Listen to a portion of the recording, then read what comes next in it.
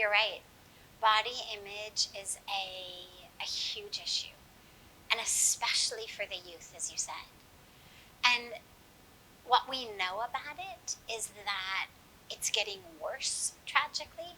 So that experience that you mentioned about feeling like not only are you not happy with your body, but that no one you know is, and that this problem is growing and growing, it's absolutely true.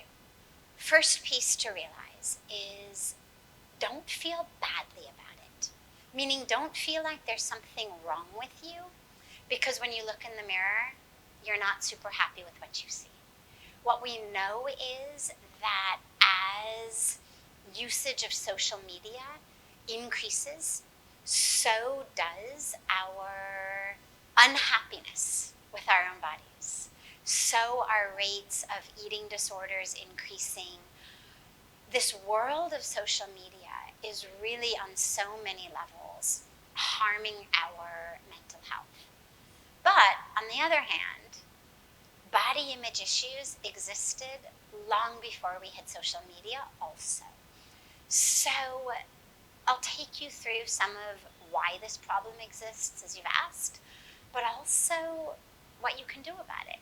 Because you are young, beautiful, wonderful, divine, and to stand in front of a mirror and hate yourself is an incredible tragedy. So let's help walk you through healing this, understanding it, and healing it. So first of all, realize that cultural ideas of beauty, so in your mind, what you think you should look like, it varies based on where you are. So when I was growing up, now I'm 53, so go back, 35, 40 years. When I was young, at that time in Los Angeles, and in most of America, the ideal beauty was super, super, super skinny. Girls, women, essentially the ideal body looked like an 8-year-old boy. Now you'd think, really, why would women want to look like an 8-year-old boy? I don't know, but I tell you, when I was young, the ideal beauty for women literally looked like a prepubescent boy. No breasts, no hips, no curves, no nothing.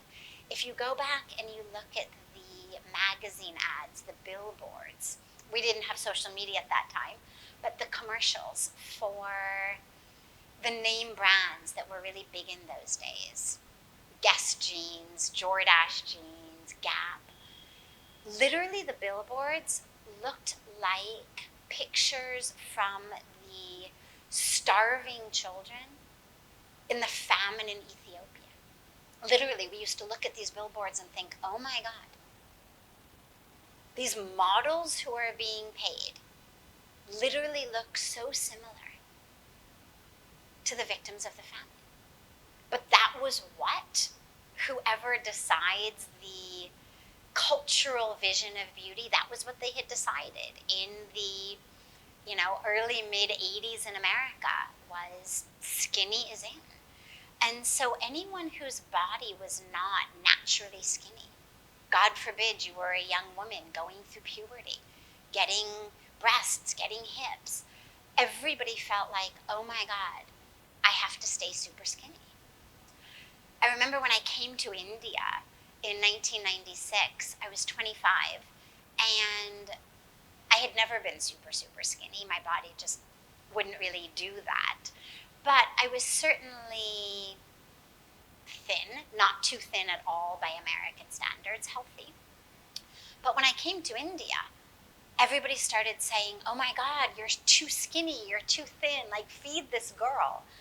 And it was so interesting for me to be in a culture where suddenly being a little bit, more plump, having a little bit more weight on your bones was actually seen as much more attractive. It's so interesting when I started learning Hindi, and I learned that the word for being thin is kamjor, right? You're literally weak. Somebody says you've lost weight, they say, kamjor ho gaya.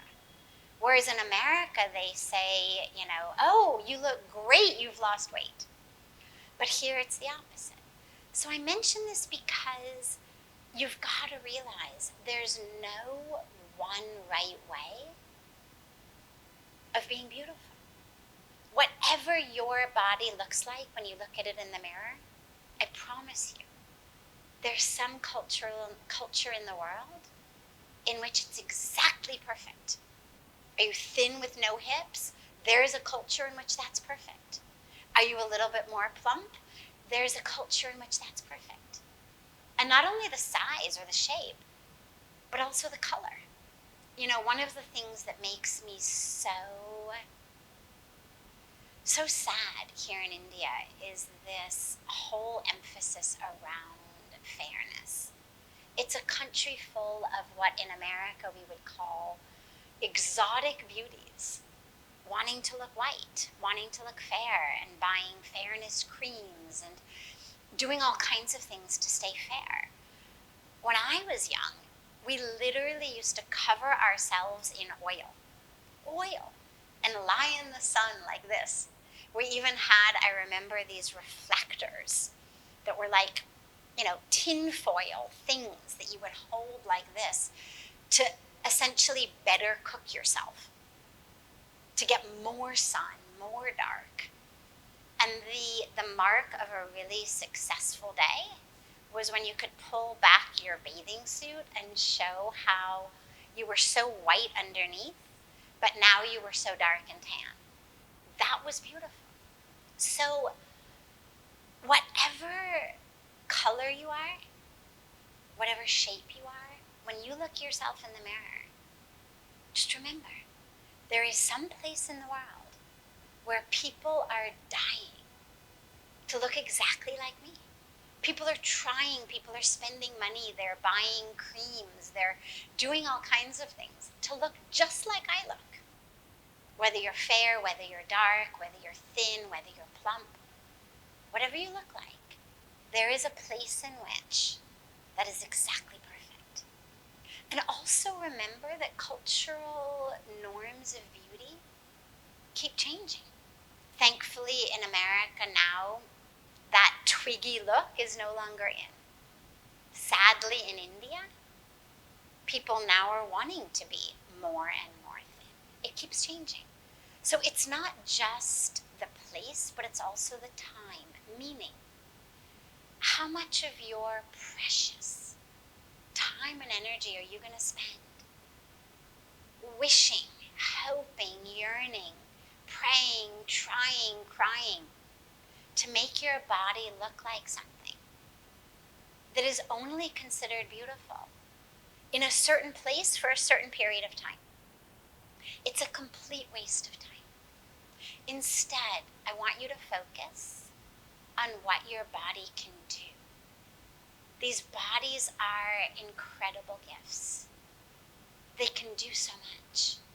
Focus on the things your body can do that make you feel really happy, really connected, really grateful.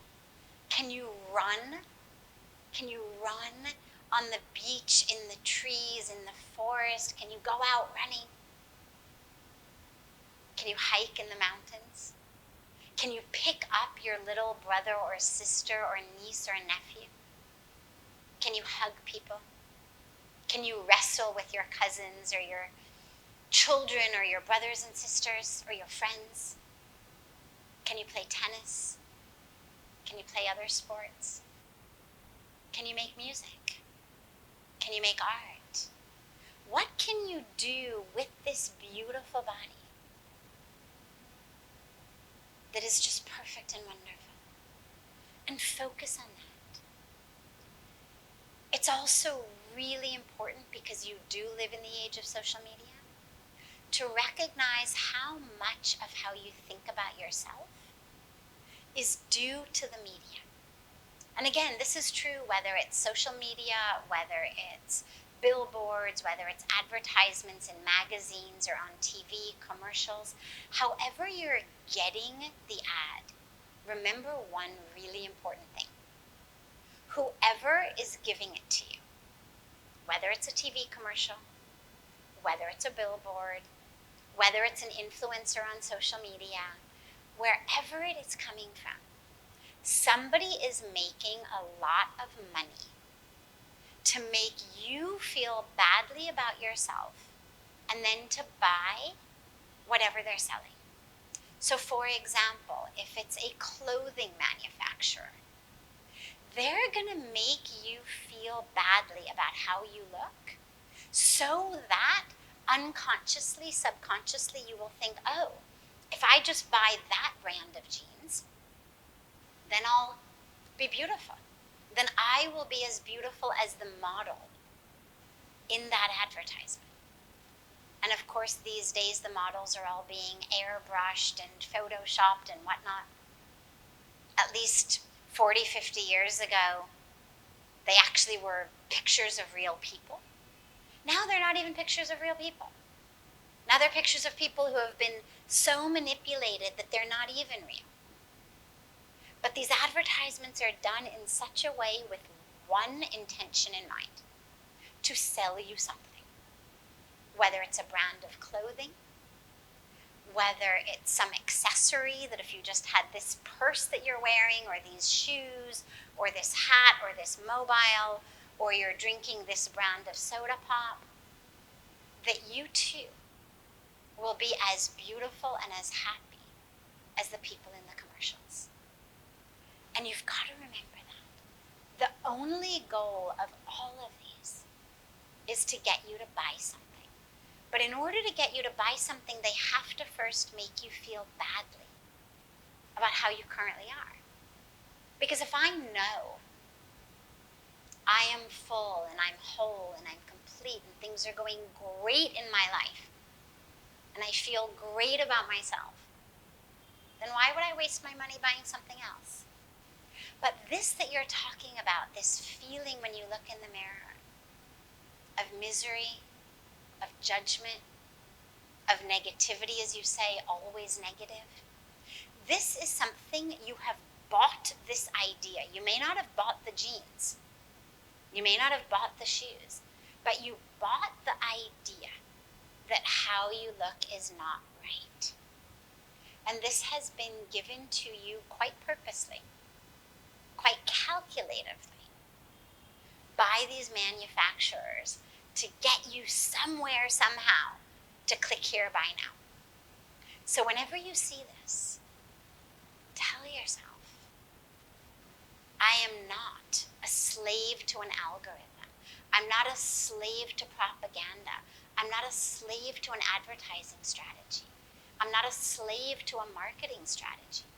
Otherwise, all you are is yet another statistic, another number, another piece of data that says 43% of people who see this advertisement click here, buy now.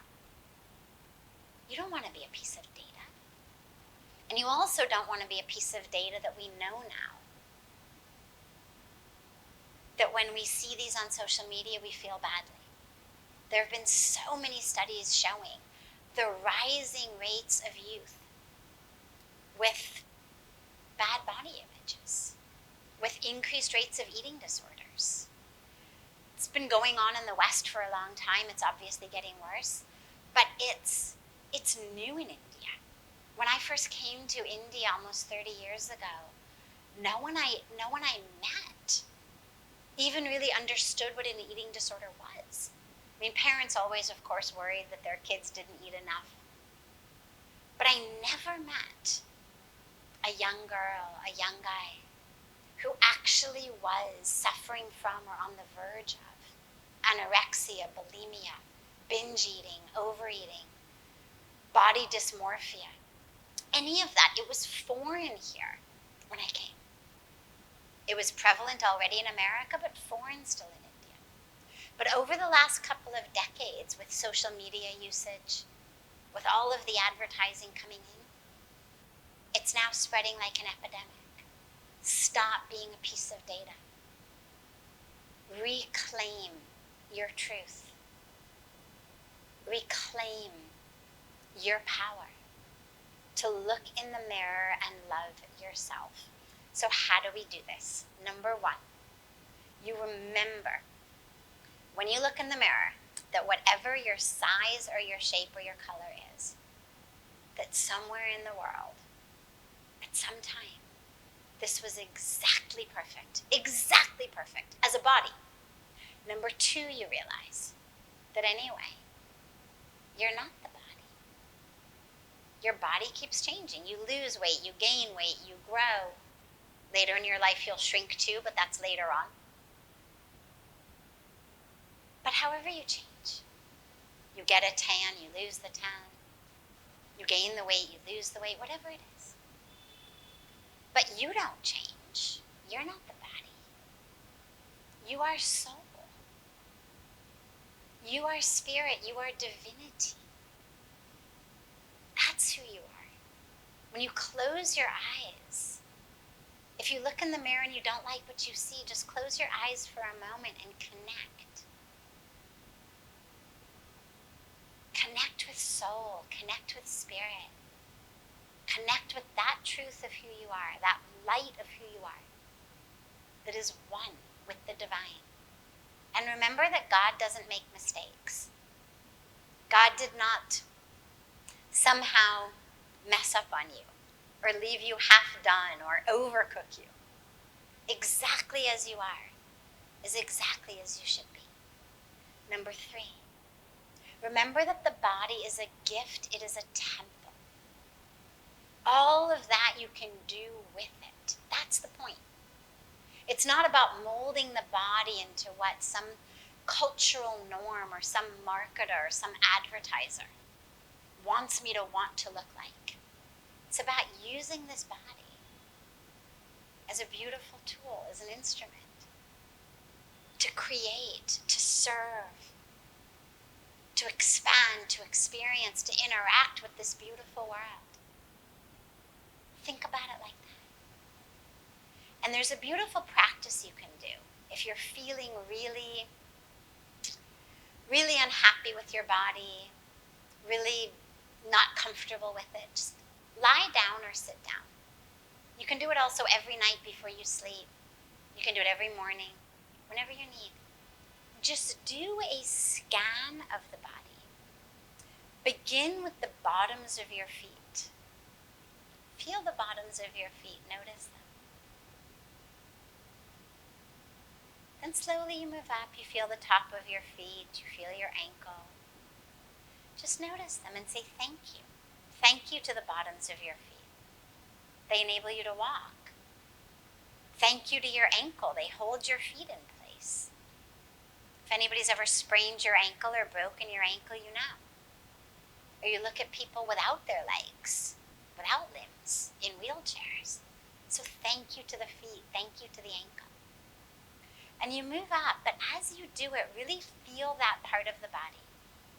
And where there's a muscle, like in your calf, in your thigh, I want you to squeeze that muscle. So squeeze the calf muscles for 30 seconds as tight as you can.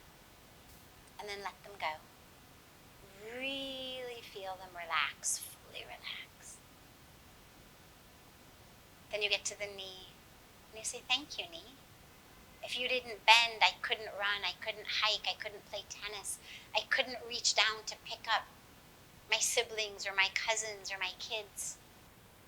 Thank you. And then the same thing with your thighs. You squeeze them really tight. And then let them go. And you move all the way up through the body, recognizing, appreciating, squeezing and releasing the whole body. And what you'll find is it brings you into a beautiful place of connection with it, a beautiful place of appreciation with it. Another technique is called stop, challenge, and choose. Stop, challenge, choose. So whenever a thought comes in your mind about your body, I want you to stop. The moment that you hear the thought in your mind that says, oh, I'm too fat. Oh, I'm too skinny. I'm ugly. Whatever it may say. Just stop. The moment you realize you're thinking it, just stop right there. And I want you to challenge it. Is it really true? By whose standards? Who says? What makes you think this is true? What magazine, what marketing, what advertising, what influencer? What airbrushed, photoshopped model? What company that wants you to buy something? What app that is running on algorithms has told you this? Who says it? Challenge it. Is it really true? Is it really a fact? Really, are you too fat? Are you sure? Does your doctor say it? And if your doctor says it, okay. Exercise more, play more tennis, go running more. From a health perspective, not a beauty perspective. And until and unless your doctor says it, it's not true. Challenge that. And then choose. What kind of thoughts do I want to have? Your mind should not be like a community garden. You know, we have these community gardens in neighborhoods where people who live in the neighborhood get to come and plant whatever they want. Somebody likes tomatoes, somebody likes green beans, somebody likes Loki, somebody likes flowers. Everybody has a little area they get to plant. But your mind should not be a community garden where anyone who wants to can just come and plant whatever seeds they want in your mind. Somebody wants you to feel too fat. Somebody wants you to feel too dark or too fair. Somebody wants you to feel too short or too tall. Somebody wants you to feel ugly in some other way, so you'll buy whatever they're selling. Don't let your mind be a community garden. You are the one. You are the gardener. Plant only those seeds that are healthy, that are true, that are real, that are in alignment with you growing and developing as the truest, wholest, fullest, most creative, most courageous being that you can be. So anytime anybody tries to plant seeds, just remind yourself, my mind is not a community garden. And you can tell them that also. Hey, my mind is not a community garden. Plant your seeds someplace else. Practice that. And choose. Choose a different thought. I'm going to give you a mantra, okay? You may already have a beautiful Vedic or Sanskrit mantra. Wonderful. Keep chanting that. But also sometimes, I'm going to give you another mantra. And the mantra is, I am whole. I am complete.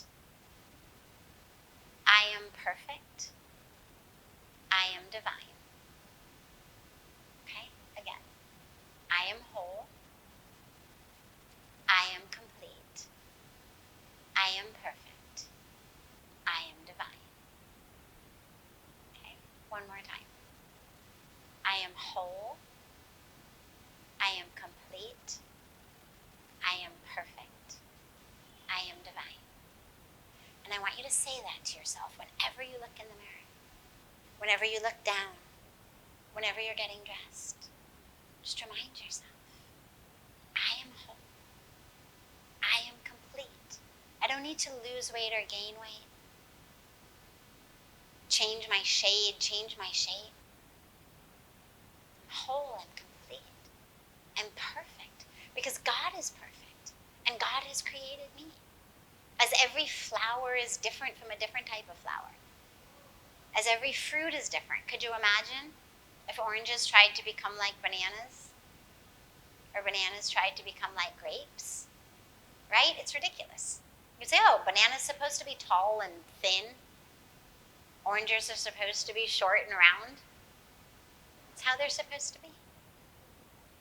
Well, in the same way, some of us are going to be tall and thin. Others are going to be short and plump. The creation loves diversity. loves variety. It's why there's so many types of flowers and fruit. So as you look at yourself, just recognize you are the flower of you. Whole, complete, perfect, and divine. And of course, yes, you should be healthy.